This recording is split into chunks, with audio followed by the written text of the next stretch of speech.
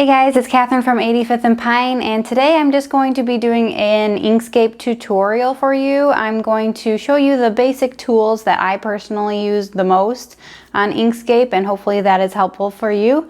So let's go ahead and get started. Okay, to get started on just the basic tools that I personally use and that I recommend, first I'm going to start with this document size right here. So this is the document that is on my Inkscape program. It's the size of an 8 by 11, I believe. And I'm going to change that to the size of the material that I am using in my Glowforge, just so I can have a reference of what I'm working with. But also, if you're not familiar with Inkscape, you can download it for free on inkscape.org. It's a free graphic design software program. I highly recommend trying it out. So now that you have Inkscape open, you're going to go to File and Document Properties to change the size of the document. And I work in inches, so I'm going to keep mine in inches. This is the area where you're going to work with. I'm going to change my width to 19 inches. And I'm just going to keep my height at 11. So it's about the size of the material that I'm going to be using in my Glowforge. Then just X out. So now this is about the size of the material, so now I know what I'm kind of working with on my project. So that's just one way to change that. It makes it a little bit easier. So to go on to the other basic tools, if you're not familiar, on the left-hand side right here, I'm going to go over some things. This is the selection tool. That's what you're going to select your objects with. This is the node tool, which I will get into a little bit more detail in a little bit.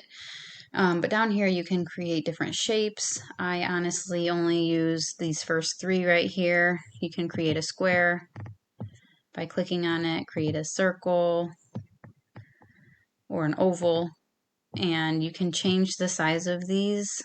First you would have to go to the selection tool to select that object, so not selected, and you can change the size of this by just dragging the arrows, or if you want a specific measurement, you can go up here to the top.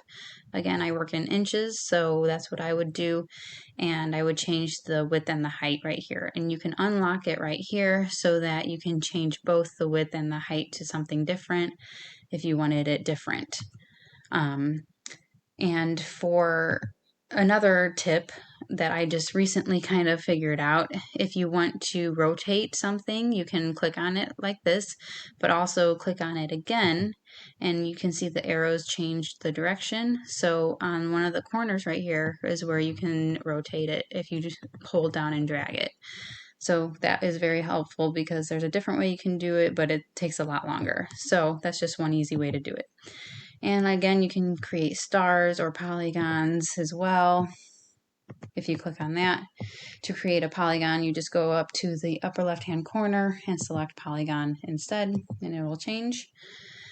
And again, those are just the ones I mainly use. You can also create a 3D shape right here. I never use that personally. And you can create a spiral. I've used this maybe once or twice, but not really often.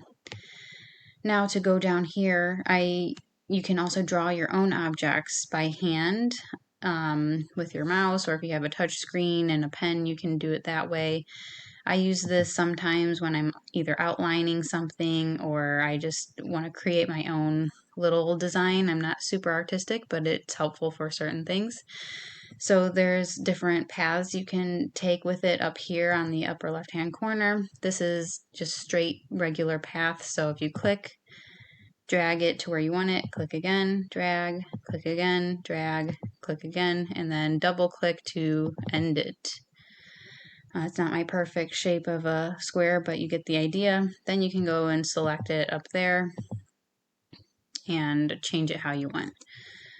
Again, you can change, how you create them by going up here to the upper left-hand corner. You can make them squiggly or curved and stuff like that. And then down here, I really don't personally use any of this, except for the text box right here. To create text, you would click on that, and then click on anywhere on your screen and just start typing whatever you want. Then I'm going to select it when I'm done. Actually, first I'm going to show you how to change the font if you want to change it. So keep it like that. Then you go to text, text and font. And this is where all your fonts will show up. I'll just select Hawaiian Punk just because it's right there. And this is where you could change the font size. You can set it as the default font. I'm just going to click apply. And now I'm going to go to the left hand side and select it over here. And this is where you can also change the size just by manually dragging it. And for text, you have to go to path and object path. So if you don't do this, it will not come up on your Glowforge. You will not be able to print it correctly. You have to select path, object to path once you're done with your text. And then you can change the color if you want on the bottom right here. I change my colors for engraving to pink, so I'm just going to select pink. So now my Glowforge will read it as an engraving mark. Any color you can use. I just personally use pink. But if you want it to be scored, you can go to the bottom left hand side over here and select no fill color right here. And for my score markings, I use blue. So I'm going to right click the blue and set stroke.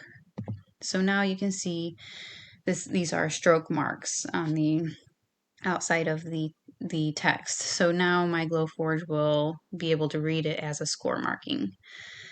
And if you want to use a different color for cut marks, you would just do the same thing. For my cut marks, I use red. So I go down to the red right here. Again, right click and set stroke. So that in my eyes would be that I'm supposed to be cutting that. And in my files, that's what I use as well. So that's how you can create your text and edit it if you need to as well. Now I'm just going to select all these by dragging my cursor and selecting them all and backspace just to delete them.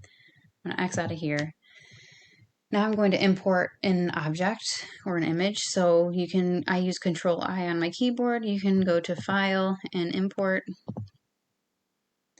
I'll just use an icon that I have available right here. I'm just going to make it a little bit smaller. And now this is a bitmap, so I have to change it to a vector. So to do that, I also have a separate video on this, but to do that, you just go to Path and Trace Bitmap. And I leave the settings just as they are at 0.45. There's a lot of different settings you can play around with. I don't particularly do that, so I'm just going to show you what I do. I'm just going to leave it like this and click OK. X out of that. Now I'm going to drag my completed image away from my original image. I'm going to select my original image and delete that. So now I have a compatible image that I could engrave or score or cut, and that just depends on how you mark the fill mark or the stroke mark as well, like I showed you with the text. But now I'm going to just go ahead and select no fill and right click my red and set stroke just so you can see it. So this would be like either a cut mark or a score mark on Glowforge, and I'm going to show you how to take this little piece out just in case you don't want to use this little piece inside the sun. So to do that, you're going to go to Path and Break Apart. So now it broke apart all the little pieces within this image. So click off of that, and then you can go ahead and click on that little piece you don't want and just backspace and delete. And if you want to make this all a unified object so that the rays are connected to the sun, you can do that as well. After you broke it apart, you can select each ray and either manually just drag it to overlap it slightly. You could also change the size of the rays if you want to do it that way. But just to unify it into one piece, you would just drag them all the way over. And I'm just going to do a few of them. So now I'm going to select all of my pieces together. I'm holding down the Shift key while clicking on the pieces I want unified. Now they're all selected, and I'm going to go back up to Path and Union. so the pieces that I selected are now one unified piece. So if you wanted to cut this, it will all cut as one piece.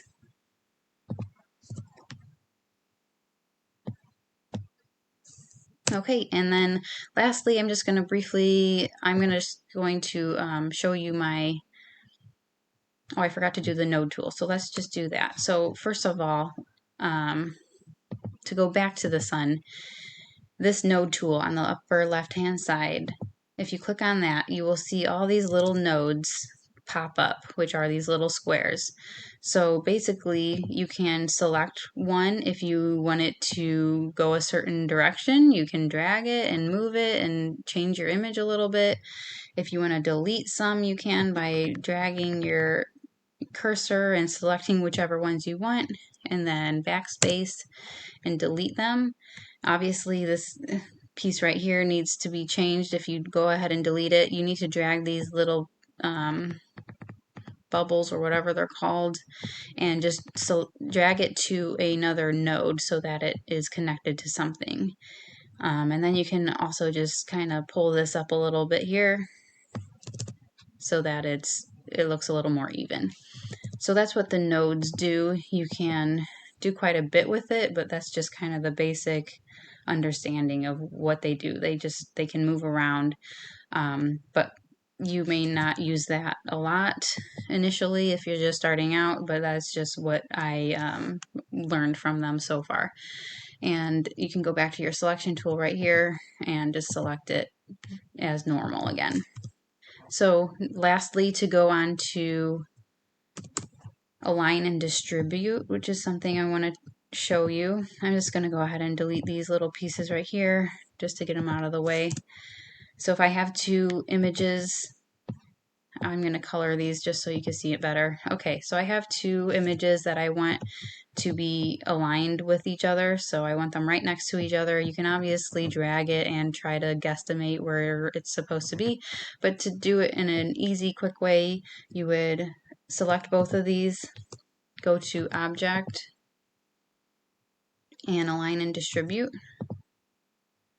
And there's a whole bunch of tools on the right-hand side right here where you can align your objects. What I'm just going to do in this instance is create them on the horizontal axis. So I want to center that. So I'm going to click on that, and now they are centered. The tops are aligned, the bottoms are aligned.